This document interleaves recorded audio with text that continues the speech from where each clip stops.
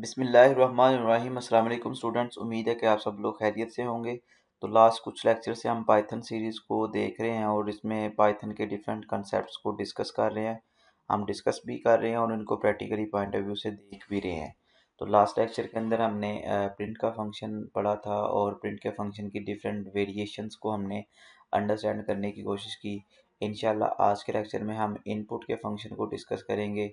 अगर आपने आज से पहले वाले लेक्चर्स नहीं देखे तो आप उनको ज़रूर देख लें ताकि आपको आने वाले लेक्चर्स की अच्छे तरीके से जो है वो समझ आ सके। तो आज के लेक्चर में हम इनपुट के फंक्शन को देखेंगे। हम इनपुट के फंक्शन की डिफरेंट वेरिएशंस को देखने वाले हैं। तो चलिए शुरू करते हैं। इनपुट जो है इसका फंक्शन कैसे इस्तेमाल किया जाता है और उससे पहले हम इनपुट की जनरल सी डेफिनेशन देख लेते हैं। तो इनपुट क्या होता है? Anything that is given to the computer is called input. हर वो चीज़ जो कंप्यूटर को दी जाती है वो इनपुट होती है। ये तो जनरल सी डेफिनेशन है। प्रोग्रामिंग लैंग्वेज के अंदर प्रोग्राम को इनपुट करने के हवाले से भी डेफिनेशन देख लेते हैं।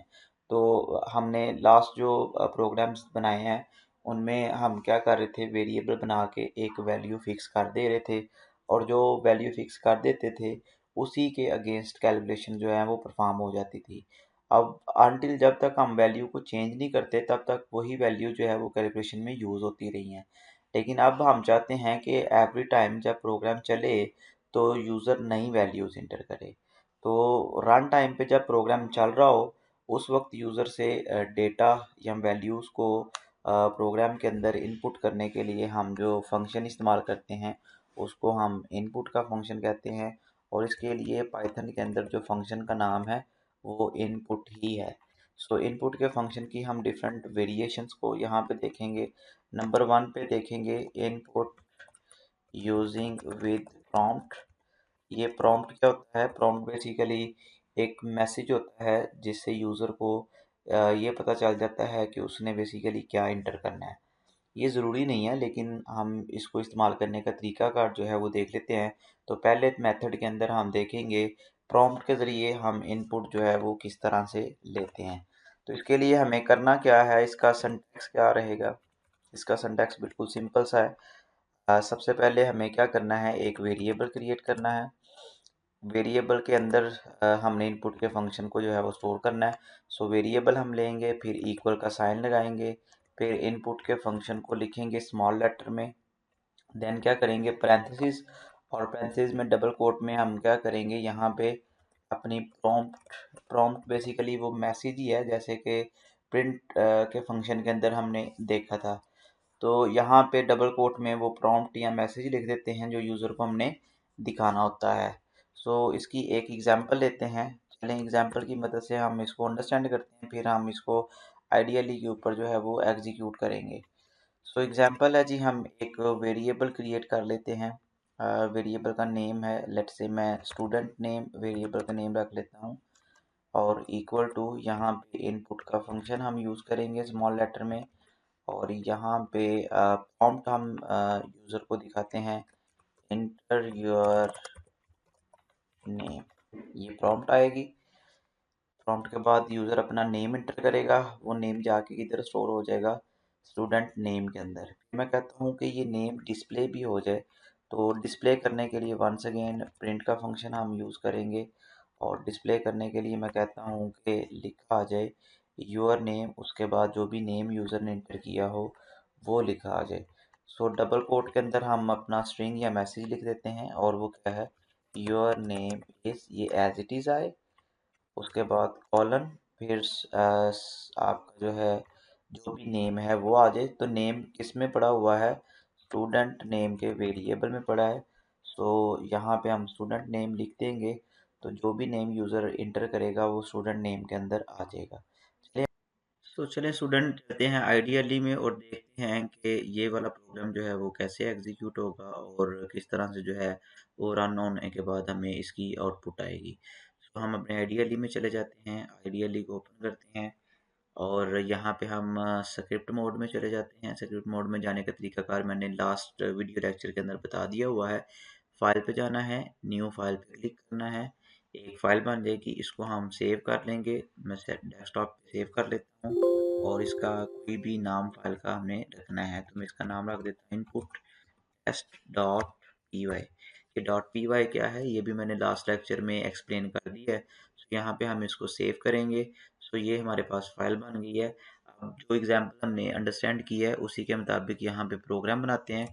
सो एक वेरिएबल क्रिएट किया स्टूडेंट नेम, और उसमें हम इनपुट का फंक्शन लगा के इनपुट जो है वो स्टोर करवाएंगे। सो इनपुट के फंक्शन को हम स्मॉल लेटर में इनपुट लिखेंगे, पैरेंथेसिस लगाएंगे, पैरेंथेसिस के बिटवीन हम क्या करेंगे, डबल कोट्स लगा देंगे, और डबल कोट्स के बिटवीन यहाँ पे हम अपनी प्रॉम्प्ट लिखेंगे। सो प्रॉम्प्ट क्या है, एंटर योर नेम, उसके बाद ये कॉलन मैंने लगा दिया है। ये कोई ज़रूरी नहीं है, ये कॉलन सिंटैक्स का हिस्सा नहीं है, मैं वैसे ही कह रहा हूँ कि लिखा है एंटर योर नेम के बाद कॉलन लिखा हुआ है वहाँ पे, और उसके बाद नेम एंटर किया जाए। सो ये लिखा आएगा एंटर योर नेम, उसके बाद कॉलन, यहाँ पे यूज़र नेम एंटर करेगा, जो भी नेम एंटर करेगा वो स्टूडेंट नेम में डिस्प्ले हो जाए। मैं कहता हूँ एक मैसेज जो है वो डिस्प्ले करवाया जाए, योर नेम इज़, जो भी स्टूडेंट नेम की वैल्यू है। सो उसके लिए हम प्रिंट का फंक्शन यूज़ करेंगे। प्रिंट के फंक्शन के अंदर हम जो स्ट्रिंग या मैसेज है डबल कोट में लिखेंगे, वो क्या है, योर नेम इज़, एंड यहाँ पे भी कॉलन, उसके बाद नेम जो है वो डिस्प्ले हो जाए।